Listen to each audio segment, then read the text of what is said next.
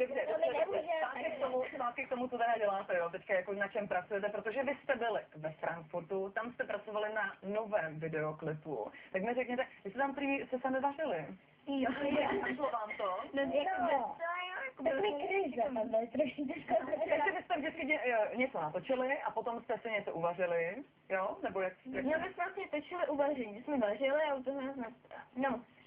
No takže pěkně. My jsme jakoby natáčeli, jakoby pro fanoušky, takhle jsme natáčeli video, kde jsme vlastně ukazovali, jak vaříme, a vlastně jako připravujeme, no, takový pocity. Ale když se to povedlo, bylo to nakonec dobrý. No a ten videoklip ale s tím vařením nemá nic společného. Ne, jsme si něco snědli a pak jsme se zase natáčeli do parku a těm budovám. Třeba jsem musela začít křižovat ke svolinám, jako. A jak to? To jste tam tak jako zlobili, nebo? Ne, protože chtěla natáčet, no tak nám to zamysleli, tak jsme vždycky postavili celý Frankfurt, kdyby to bylo kvůli zlobení.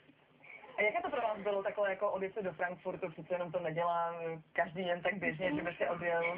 Bylo to úžasný. Jo.